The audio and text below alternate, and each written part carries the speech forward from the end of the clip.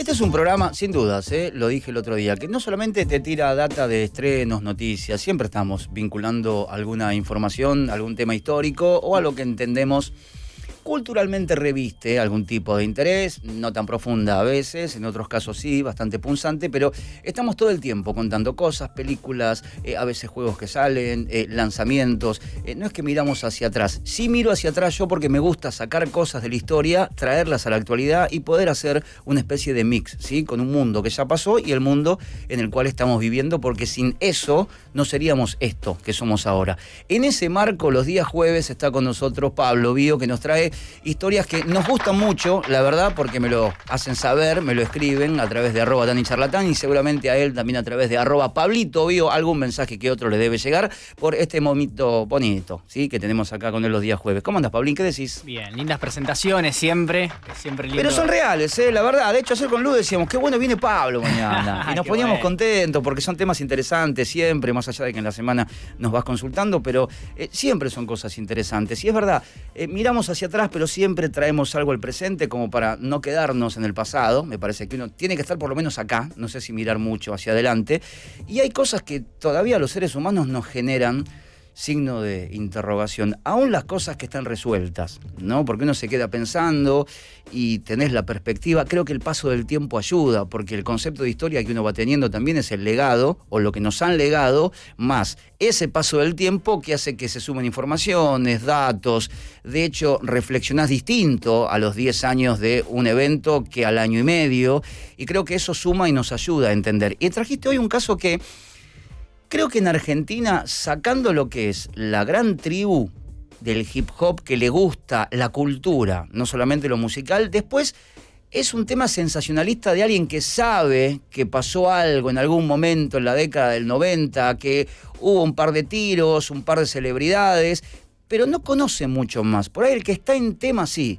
Por eso me parece súper pertinente lo que has traído para el día de hoy. Sí, tenés razón en todo lo que dijiste justamente. El mundo cambia mucho y quizás esas cosas medio que antes quedaron como un misterio, hoy tenemos un poco más de información. Como decíamos el otro día, hay cosas que hoy en día no pasarían, eso está clarísimo. Sí. Creo que este caso es uno de esos. Es muy difícil que con las circunstancias como están hoy, la tecnología, todo algo así pase.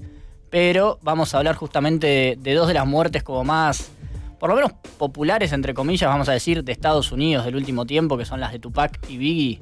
Que es cierto lo que vos decís, que por ahí para la generación que le gusta mucho el rap y sobre todo los más jóvenes hoy en día que están metidos en el trap, en el hip hop, por ahí conocieron esta historia. Hay mucha otra gente, los que venimos por lo menos de mi lado, del palo del rock y teníamos otro tipo de género musical como en mente generalmente, lo tenía ahí medio escuchado o visto de reojo, algún documental. Tengo un amigo, Sebas, que siempre le gustó mucho el hip hop y veíamos documentales de Biggie, ¿viste? Y me metía, pero para mí era lejana la historia. La realidad es que veía un poco esto de las pandillas y decía, los yanquis están todos locos. Todo el tiempo me sale decir eso un poco, ¿viste?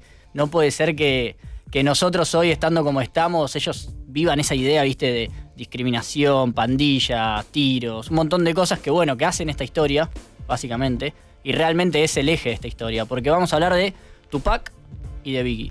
Dos personas que son antagonistas, pero al mismo tiempo son completamente iguales en muchos aspectos. East Coast, West Coast, para que por ahí no sabe mucho de esta historia del hip hop y todo lo que es la historia de la música negra de los 70s, 80s hasta los 90, porque es el gangsta style, el hip hop, el rap más crudo por ahí. Tupac es el emblema número uno quizás, que salió en Nueva York, nació en Nueva York, claro, pero va a California. Y es un poco ese emblema. Y Biggie, por el otro lado, que sí nació en Nueva York, en Brooklyn, y estuvo toda su vida allá, es el otro emblema al que se enfrenta. Para por ahí meternos un poquito en tema, Tupac fue hijo de dos partidarios de las Black Panthers, y eso hizo que por ahí él tenga siempre como un reconocimiento muy a lo político y a la lucha de clase y racial también, obviamente. De hecho, el nombre, ¿no? El nombre, Tupac Shakur. Tupac. Muy fuerte. Sé que de esto conoces mucho, así que está bueno para que podamos ir hablando entre los dos, porque sé que esta historia también te apasiona. De hecho, estuvimos charlando esta semana un poco de lo que era el tema y sé que conoces mucho. Lo que pasa con Tupac es que, obviamente, como cualquier persona que sale de casi la pobreza, la discriminación, empieza a generar una personalidad muy fuerte, y para lo que era en ese momento el hip hop, cuando él empieza a ser más popular, era un mundo bastante de pandillas, por no decir completamente de pandillas. gente que por ahí ganaba millones de dólares pero andaba armado, gente que quizás andaba en las fiestas más VIP de todo California o Nueva York, pero terminaban en peleas y parecía que seguían viviendo esa vida muy de calle, ¿viste? Sí. El street style, el estar, ¿viste? Bardeándose entre ellos, los beef, los famosos beef, medio que no es que nacen ahí, pero es como el momento más grueso de los beef empiezan a surgir ahí, cuando entre ellos por ahí un poco en la juerga era a ver quién lastima al otro con líricas y con poesía. Y en ese contexto Tupac es una de esas personalidades que empieza a estar en los ojos de la policía muy, muy de joven, ¿no? Porque siempre andaba con problemas. Uno de los mayores problemas, como para entrar en este mundo de Tupac, es que se lo acusa de haber violado a una mujer, a una groupie, a él y a todo su entorno. Ese es uno de los mayores problemas. De hecho, es lo que lo termina llevando a la cárcel por primera vez. ¿Por qué? Porque, bueno, si bien no había pruebas súper contundentes y dentro del entorno lo que hacían mucho de estas pandillas o estos grupos de raperos, la crew, que como se le dice, era proteger quizás al líder, en este caso Tupac. Vivían de él. Vivían de él, exactamente. Y todo lo que podían tener, observar y disfrutar era gracias al éxito de Tupac. Entonces él intentó de proteger. Pero bueno, diferentes situaciones que fueron pasando, como creo que fue en el 93 o en el 94, me parece en el 93, Tupac visita Nueva York. Como decíamos, él era más de la parte de California. Visita Nueva York, lo habían contratado para grabar unos temas, un artista, él necesitaba plata, y se encuentra ahí que le quieren robar. En ese robo, que era justo llegando a un estudio donde estaba Biggie, casualidades de la vida o qué, le pegan un tiro, entra como en una situación medio rara. Circunstancias extrañas. Circunstancias muy extrañas. Termina en el hospital y eso hizo que, bueno, que la policía levante un poquito el ojo y diga, che, pará, vos estabas teniendo un problema de violación. Bueno, va a un juicio, termina preso. Y ahí es cuando esta historia empieza a tomar un poco más de sentido por ahí para entender. Tupac empieza a generar un gran vínculo con Suge Knight, que es el dueño de Death Row Records. Mafioso. Un mafioso absolutamente, que en la costa de California era el que manejaba toda la música del hip hop, el gangsta style y toda la música más rapera. Sí, para que entiendan, cuando Vanilla Ice hace su éxito Ice Ice Baby, va Suge Knight a verlo a un departamento, lo agarran con 5 negros fumacoca, lo agarran de un balcón con las patitas para abajo, le dicen, mira, ¿me das el tema a mí o caes? Simple, ¿eh? Ese es Suge Knight. Ahí lo tenemos, además, tiene una cara de... Siempre con cara de malo, siempre poniendo como carita de mirá quién soy.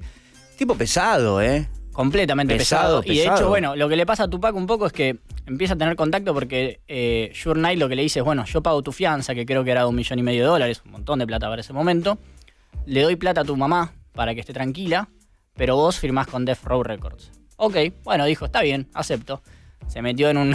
metodología mafiosa. Firmó con el diablo completamente. Cuando vuelven a California, Tupac saca su disco más conocido, un disco doble que tenía muchas canciones hechas en la cárcel, por ende también tenía como una carga muy grande. Y en una pelea que Mike Tyson hizo en Las Vegas, él ya estaba en esa situación muy de celebrity, muy grande. Gusta el quilombo, igual. Es lo que decís vos, tenés guita. Puedes estar en tu casa tranquilo viendo partido de la NBA sin moverte del sillón. Qué ganas también, ¿no? Pero tenían esa vida, ¿viste? Como que les gustaba estar de fiesta, les gustaba mostrar. De hecho, ahora voy a contar una pequeña anécdota de toda esta historia, pero esto fue creo que en septiembre del 93, una pelea de Mike Tyson, primera fila seguramente. Lleno de gente, un montón de gente. Y a la salida deciden cagarse a trompadas con una persona que, bueno, ahora vamos a entrar más en detalle, pero se llama Orlando Anderson, que era parte de los Crips, que es una de las mafias también que hay en Los Ángeles. Los Ángeles tiene como una división de mafias, sobre todo en ese momento, ¿no? Que era de raza negra, que eran los Crips y los Bloods. Suge Knight, como nombrábamos recién, por eso era importante decirlo, tenía gran parte de sus guardaespaldas y de la gente que laburaba en Death Row Records, era parte de los Bloods, de esta mafia, digamos, por eso decíamos que eran muy mafiosos. Y parece que se corrió el rumor de que desde la otra costa, desde Nueva York, P. Diddy, que era el otro dueño de las grandes discográficas, el que tenía a Biggie, le había pagado a los Bloods, a los Crips, para que le roben un medallón de los Death Row Records a los Crips. Sí, para que entiendan un poco... Es medio una mezcla, pero... No, pero va a quedar claro, igual está quedando claro lo que dice Pablo. Tenés, vayan armando en la cabeza como si fuera un TED, ¿sí? Tenés la costa este, que es Nueva York, ahí está Biggie, apadrinado por Puff Daddy. Tenés la costa oeste, que es Los Ángeles, está Tupac, apadrinado por Suge Knight. ¿Sí? Dos compañías distintas, dos mecenas distintos, dos artistas distintos. Dos mafias distintas. Y dos mafias distintas. Lo que siempre me llamó la atención es, La distancia que hay entre la costa este y la costa oeste, tenés que tener un quilombo con alguien que está a miles de kilómetros, no es que está a 500 kilómetros, tenés que cruzar todo el país. No, y la enemistad seguía de costa a costa. Seguía, y aparte había como estas pequeñas cosas, lo que te digo, de mandar a robar un medallón. Incomprensible. Y vos decís, ¿para qué? Y era para demostrar que, bueno, recién decías, viste, esto de las dos costas y P. Diddy y Suge Knight tenían como una impronta muy mafiosa. Y era un poco eso, ¿quién de los dos la tenía más grande, básicamente? Sí, básicamente es eso. Y querían conquistar el territorio del otro. Entonces, en esa puja que tenían, bueno, en esta pelea en Las Vegas, que peleaba Mike Tyson y fue Tupac un con Suge escándalo, Knight, un escándalo. Se ve en uno de los videos que son las últimas imágenes de Tupac vivo, bueno, por lo menos vivo, digamos, porque después estuvo en el hospital. Se lo ve peleándose con Orlando Anderson, y ahora los vamos a ver ahí a las peleas. Están todos a las trompadas, ¿eh? La gente corre, es escandaloso el final. Ahí se ve. Eso es lo que estamos viendo ahora, pasó después de la pelea de Tyson, dándose como adentro de un gorro.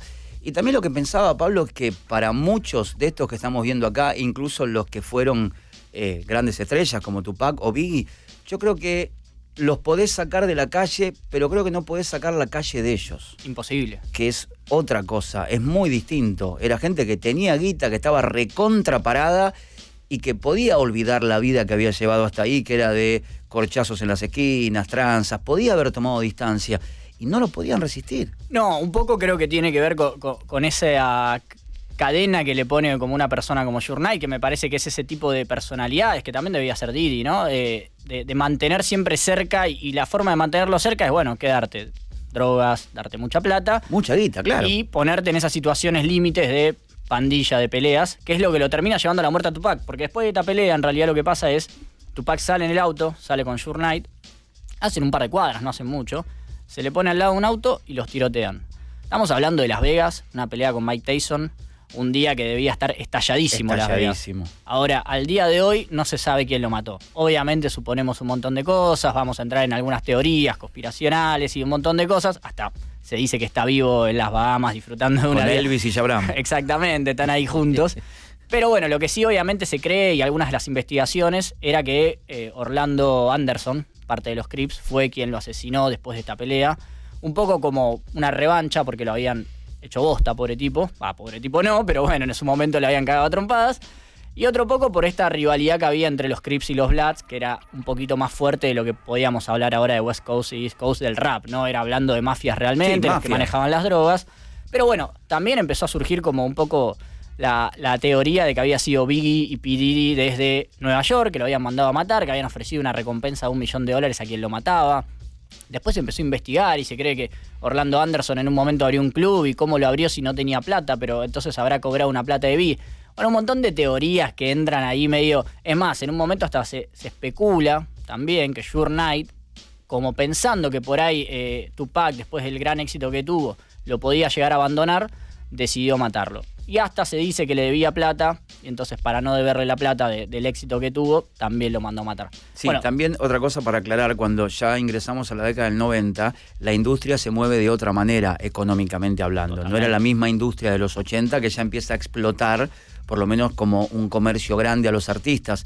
En los 90 ya encima la llegada del CD, las ventas son mucho más grandes, y aparte el estilo reinaba en Estados Unidos. Digo, los dos eran cada uno en su costa, pero figuras número uno. Entonces eso generaba un tráfico de dinero gigantesco, y había mucho chupasangre alrededor, todo el séquito que tenían los dos. Yo siempre pienso lo mismo, los dos creativos, los dos talentosos son los que terminan muertos, los chupasangre alrededor no, pero los dos que eran realmente talentosos son los dos que terminan muertos en circunstancias que te está contando Pablo acá. Pero hay que tener ese dato en cuenta, circulaba mucha guita, se empieza a ganar en la industria del rap muchísimo dinero, como nunca los afroamericanos lo habían visto ahí, sacando ejemplos.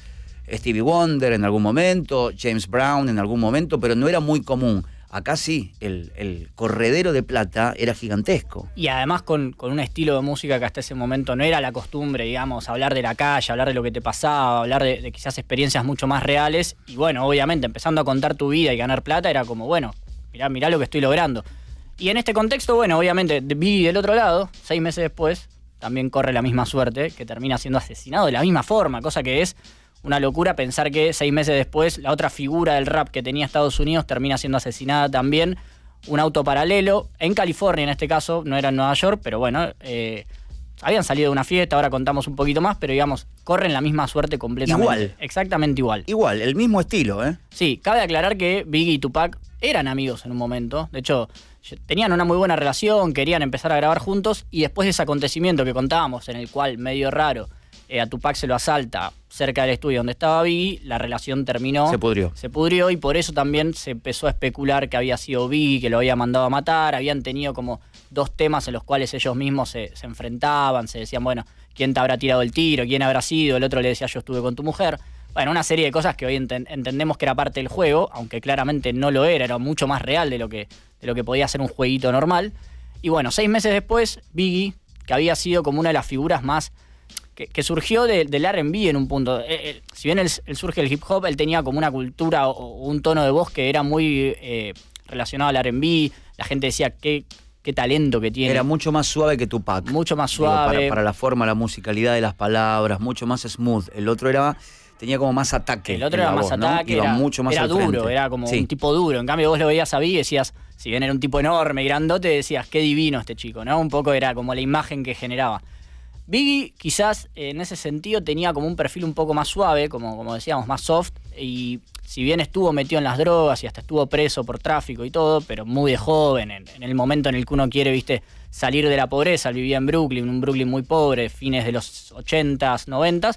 Bueno, cuando empieza a tener éxito en la música y empieza a ser, obviamente, como decíamos, una de las figuras más grandes de la escena musical en todo Estados Unidos, bueno, empieza a ir a fiestas, como decíamos, empieza a tener este tipo de relaciones con, bueno, P. Diddy era su manager, el dueño de Bad Boy Records. Empiezan a disfrutar de una vida un poco más de lujos, viajan a California a una entrega de premios. Al pedo. 6 meses después, la verdad. Al pedo. Si nos ponemos a pensar, bastante al pedo. Pero bueno, unos 6 meses después, en el 97, viaja a California a esta entrega de premios.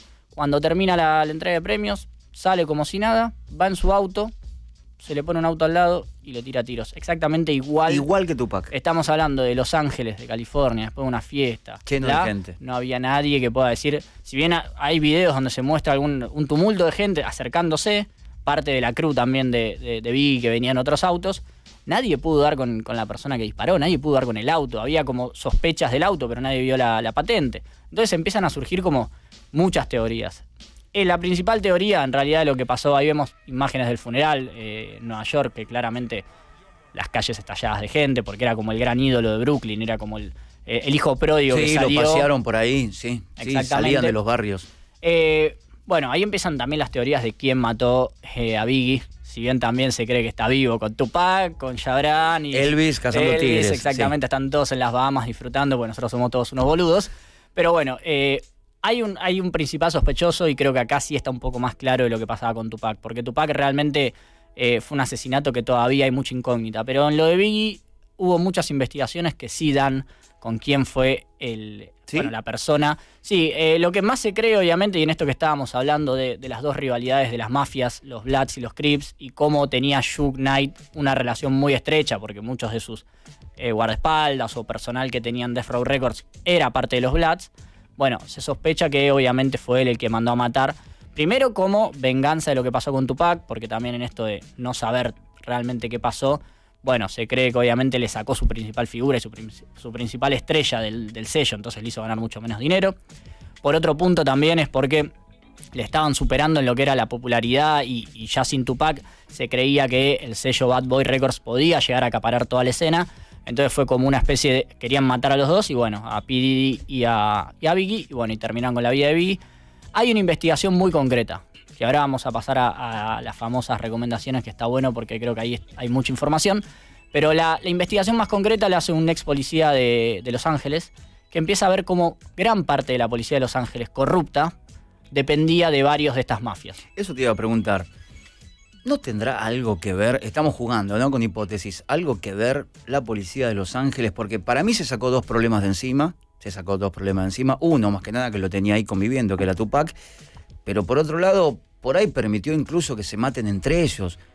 Yo ya no sé qué pensar a través de los años, porque digo, el asesinato de 2 celebridades con 6 meses de distancia y que no encuentren a un culpable es para sospechar. La sospecha Y es no era en un pueblo perdido en la América profunda de Estados Unidos, era Los Ángeles. Los Ángeles y Las Vegas, digamos. O sea, si hay dos ciudades, y Nueva York, pongámosla como, pero si hay dos ciudades en Estados Unidos que pensás que siempre hay gente en la calle y que no podría pasar algo así, o por lo menos que si pasa, te agarran, son Las Vegas y Los Ángeles. Digamos. Es muy raro, ¿eh? Las dos muertes son raras, son concretas, porque es concreto, no es que lo envenenaron y no saben con qué. Los cagaron a tiros a los dos, adelante de todo el mundo. Mirá, en ambos casos que la policía, bueno, en Las Vegas lo que se dice es que también la policía es como bastante más vaga, ¿viste? Porque es como una ciudad un poco que pueda pasar cualquier cosa.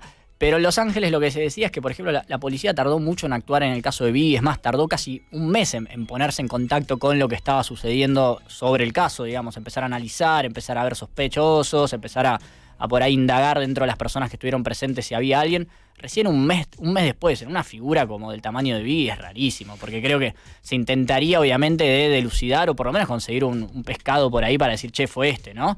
Y lo que se empieza a investigar un poco dentro de la policía, ¿no? Pero algunos de esos policías que, al no ser corruptos, empiezan a decir, che, yo no quiero que manchen el uniforme, se empiezan a dar cuenta que hay mucha corrupción dentro de la policía de Los Ángeles y que gran parte de esa policía de Los Ángeles tenía como un segundo laburo que estaba siempre conectado a Death Row Records, que era cuidar boliches que tenía la empresa y que tenían como strip clubs y boliches donde hacían fiestas.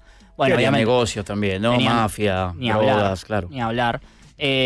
Bueno, ser el guardaespaldas de Suge Knight o de parte de su equipo o de sus artistas. Entonces, la investigación empieza a correr y se empiezan a dar cuenta que gran parte de estos policías corruptos tenían algún link con la muerte de Biggie. ¿Por qué? Porque gran parte habían estado la noche de Biggie como guardaespaldas de Death Row Records sin que esté Suge Knight, cosa que era raro, porque ¿por qué van a estar ahí? Está bien que era una fiesta justo del hip hop y una fiesta muy importante, pero no era necesario, digo, ex policías ahí cuidando, no. Por otro lado, gran parte de algunos de estos policías corruptos terminan en la cárcel por algunas cuestiones, un robo a un banco, un asesinato, y cuando se los empieza a indagar se dan cuenta que habían sido los mismos que estuvieron en esta noche y que tenían conexiones entre ellos. El principal sospechoso, se dice que el que tiró los tiros, era un musulmán. Entonces, cuando se hace el famoso sketch, que se lo puso como que tenía un moño, un traje, se lo encuentra, ya estaba muerto, como siempre sucede en estas historias. Cuando hay el principal sospechoso y se intenta de buscarlo, justo hubo un tiroteo la semana pasada y murió.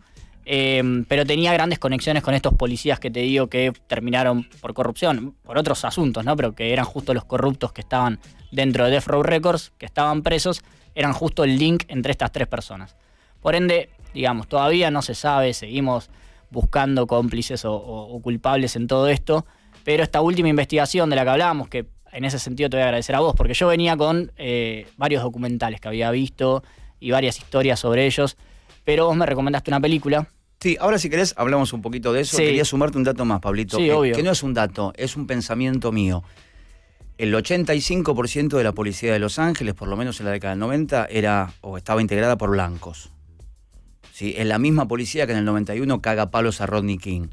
¿Sí? Es la misma, y cuando lo llevan a juicio los 4 policías que lo apalean a Rodney King, salen los 4 inocentes. Y eso es lo que lleva a que den vuelta a Los Ángeles en 1992, que hay un buen documental, creo que está todavía en la plataforma, que se llama LA 92, y ahí van a ver todo el desborde social, quema de tiendas, edificios, rotura de vidrieras, cagan a palos a la gente que estaba manejando. Bueno, había un estado de descontento tal porque van los tipos filmados en televisión nacional que habían apaleado a un afroamericano, que lo sacan de un auto y lo recontracagan a palos, quedan los 4 libres. Y esto pasó en Los Ángeles. Entonces también había como una cierta sospecha de que son blancos.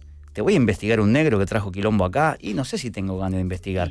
Por desidia, lo digo, por intención, pero ese es un datito que se suma, es una mirada mía, no porque se haya sumado, pero la policía de Los Ángeles estaba integrada por la gran mayoría de blancos y tenía 2 afro que se estaban peleando entre ellos y que se mataban en su ciudad. Hay que ver las ganas que tenían ellos de investigar también. No, es que está clarísimo que no había ganas y que encima un poco lo que vos decías, digamos, en esa diferencia quizás los policías negros eran los que solían tener los salarios más bajos, solían tener un montón de cuestiones raciales que discriminaban, como que los mandaban siempre a los barrios más difíciles o los ponían siempre en la línea de fuego. Y obviamente en eso se suma que si vos tenés al lado cerca a un Suge Knight que te dice, che, yo te pago el doble por venir a cubrir o por venir a hacer tal o cual cosa, y siempre cosas bastante ilegales, porque siempre estaba metido o en un tiroteo, o en una pelea, o en la muerte de alguien, Suge Knight, digamos, el dueño de Death Row Records. Entonces se entiende también que los policías por ahí, negros de la policía de Los Ángeles, solían estar más emparentados con un Suge Knight que con los blancos que después iban y los cagaban a trompadas o los ponían en la línea de fuego. Eso sin lugar a dudas.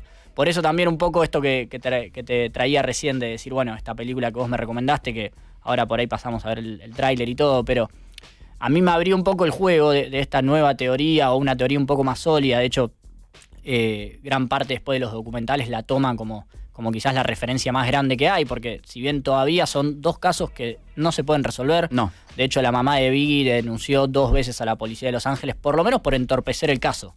Pero ambas veces la policía sacó como esos artilugios que quizás en la justicia están y no entendemos qué sirven, pero bueno, dieron nulidad al caso porque la policía todavía tenía abierta la investigación. Está en curso, claro. Exacto, y cualquier investigación en curso o abierta no puede ser de un proceso judicial, y además no se pueden revelar detalles porque no se puede dar la libertad de información. Entonces, hasta el día de hoy son 2 casos que siguen sin tener realmente un culpable, aunque se creen un montón de teorías y hay un montón de información en internet, uno busca y, como decíamos, desde la conspiración de que están todos juntos en una isla en las Bahamas disfrutando de una vida nueva, hasta que hubo un problema de mujeres, hasta que hubo un problema de mafias, o hasta que simplemente fue una rivalidad musical y nada más. Que para mí, por lo menos, es quizás la teoría que menos podría entrar en juego, aunque si bien entiendo que en esa época ser artista negro, ser artista del hip hop, ser artista del gang style, podía generar esos cruces y esa fuerte rivalidad, sería pensar muy, no sé, a mí me suena muy raro definir que se mataron entre ellos. Por lo menos ellos 2, digo. No digo que no hayan tenido la rivalidad. Claro. Me suena raro decir que Biggie quiso pagar $1 millón para la persona que mate a Tupac. La verdad, a mí me suena raro. Primero porque creo que eran personas que por la plata hacían cualquier cosa y la plata se lo hubiesen guardado ellos en vez de mandar abajo. Tal cual. Segundo, por esto también que vos decías, ¿viste? 2 costas que quedan a kilómetros y kilómetros de distancia, donde de repente no es que era como ahora que vos decís, bueno, me tomo cualquier avión. Sí, andaba en avión privado, está todo bien, pero estar pensando en matar... Biggie estaba en Nueva York cuando pasó eso de Las Vegas de Tupac, y vos imaginate que no va a mandar a matar a alguien en Las Vegas, en California, en la pelea de Mike Tyson. Todo, muy raro. Tenés otras opciones, ¿viste? ¿Por qué hacerlo tan público? ¿Por qué hacerlo en un lugar tan popular, digamos? A mí me suena raro. Pero bueno, obviamente en este cruce de teorías y de información, por lo menos a mí esta película que vos me recomendaste, que es City of Lies, que tiene un montón de material biográfico de lo que fue esa época, documental y todo, pero es una ficción, está basada en un libro que lo escribió un periodista que se llama... Uy, me olvidé el nombre, pero bueno. Ya lo buscamos. Sí, después lo buscamos. Escribió un libro en el cual cuenta todas sus entrevistas al detective Poole, que es quien hace toda esta investigación que contábamos, que era un detective que estaba en la policía de Los Ángeles y que empieza a ver toda esta corrupción dentro de la policía y se da cuenta que todo está linkeado con la historia de Biggie. Vemos el tráiler, la peli se llama City of Lies. Es nuevita, súper nueva, sobre el misterio de estos 2 asesinatos no resueltos. Hey, yo, Biggie!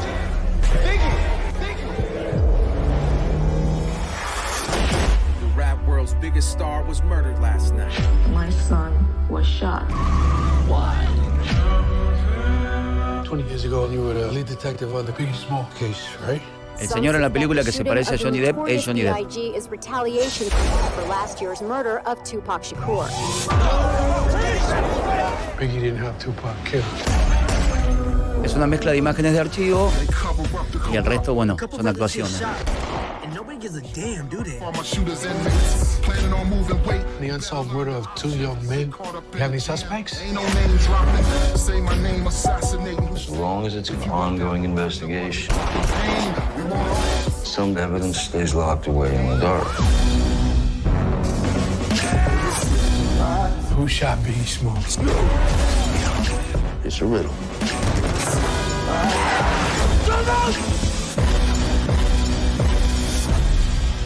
La película se llama City of Lies con Forest Whitaker, que lo conocen también, lo habrán visto en 1000 películas, y en este caso Johnny Depp, súper nueva, creo que estuvo cajoneada un par de años, pandemia mediante y demás. Sí, fue justo antes, sí. Y salió no hace mucho tiempo, pero digo, si la pueden llegar a enganchar por ahí, si no, @Pablito Video, como siempre, les paso la data para que la vean porque es interesante. Sí, te debo el link también a vos que me lo habías pedido. No hay la problema. verdad que me colgué, pero sí, también vale aclarar un poco que en esta historia medio inconclusa, este periodista y este detective, ex policía de Los Ángeles, llegaron a bastantes conclusiones y venían muy bien con la investigación. De hecho, estaban en un proceso de llegar a algo semijudicial quizás, y tenían mucha relación con la mamá de Biggie. De hecho, todas las denuncias que ella hizo hacia la policía las hizo basándose en estas teorías.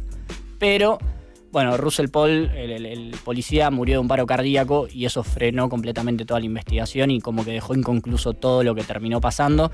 Por eso sigue siendo un misterio, por eso sigue siendo un caso sin resolver.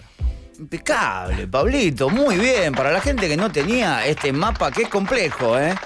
Es un macondo. Yo me mareé un poco, La historia del hip hop en los 90, más que nada, la cantidad de nombrecitos, ciudades, conexiones. Es bastante difícil de entender todo, pero después, como dijimos hace un rato, 2 costas, 2 músicos, 2 mecenas. Arriba de ellos, 2 compañías discográficas y un odio cerval en el medio casi inexplicable. @Pablito Bio, ahí le pueden escribir, ahí lo pueden seguir. Gracias, Paulín, un placer. Como siempre. Y de paso cerramos con una linda canción de Tupac.